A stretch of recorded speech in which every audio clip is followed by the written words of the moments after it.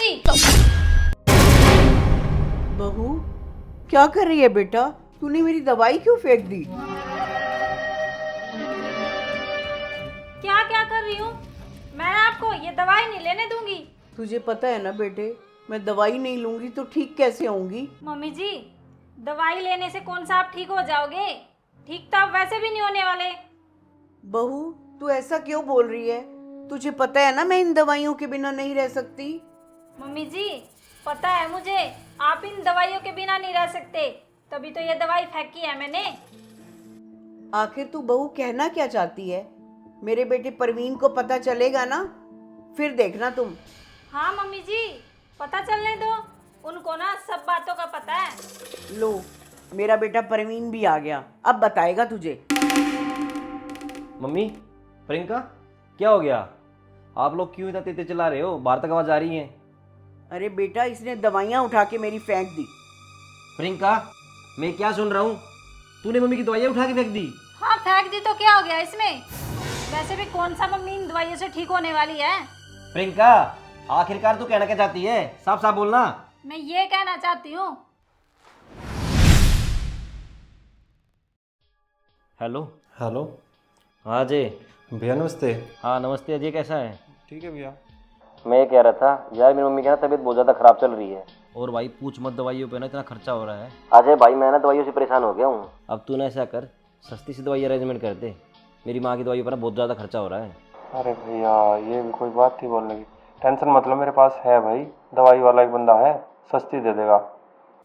सस्ती आ जाएंगी ना? बिल्कुल सस्ती, बेचिंत हो जाओ बिल्कुल भैया। मैं तुझे पैसे और लिस्ट भिजवा देता हूँ, कौन कौन सी दवाई चाहिए। ठीक है भैया, भेज दो, कोई दिक्कत नहीं है, लिस्ट भेज दो आप मेरे पास।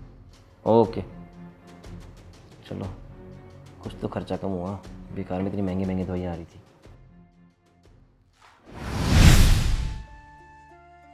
अब आ गई आपके समझ में मैं क्या कहना चाहती हूँ। आप ना अपने पैसे बचाने के चक्कर में मम्मी की सेहत के साथ खिलवाड़ कर रहे हो। अरे अगर मम्मी जी को कुछ हो गया तो क्या करोगे आप इन पैसों का? अरे आपने कभी सोचा है, जब आप छोटे थे मम्मी ने आपके किसी भी चीज में कमी नहीं की है। अपनी चीजों में वो कमी कर लेती थी, लेकिन आपकी चीजों में नहीं। और जब आप खुद कमाने लगे हो तो मम्मी की दवाइयों में से पैसे बचा रहे हो। शर्म आनी चाहिए आपको। पता है आपको, मम्मी ना पहले बिल्कुल ठीक थी, आपकी इन सस्ती दवाइयों के चक्कर में ना मम्मी की सेहत और बिगड़ गई है। हमें ना मम्मी को किसी अच्छे हॉस्पिटल में ले जाके अच्छे डॉक्टर से टेस्ट करवा के तब दवाई लेनी चाहिए, ये नहीं कि आप किसी भी स्टोर से ले आओ मम्मी की दवाई। हाँ प्रियंका, तू ना बिल्कुल सही कह रही है। मम्मी ने आज तक ना मेरी किसी भी चीज़ में कोई कमी नहीं की है। मैंने 1 रुपया मांगा ना तो मम्मी 10 रुपये दिए हैं। अब जब मैं खुद पैसे कमाने लगा हूँ ना, और मम्मी की दवाइयों के लिए मुझे पैसे खर्च करने पड़ रहे हैं, तब मुझे ये लग रहा है मम्मी की दवाइयों पर ना बहुत ज़्यादा पैसे खर्च हो रहे हैं। इसी चक्कर में मैं ना मम्मी के लिए कहीं भी किसी भी मेडिकल स्टोर से दवाई ले आता था।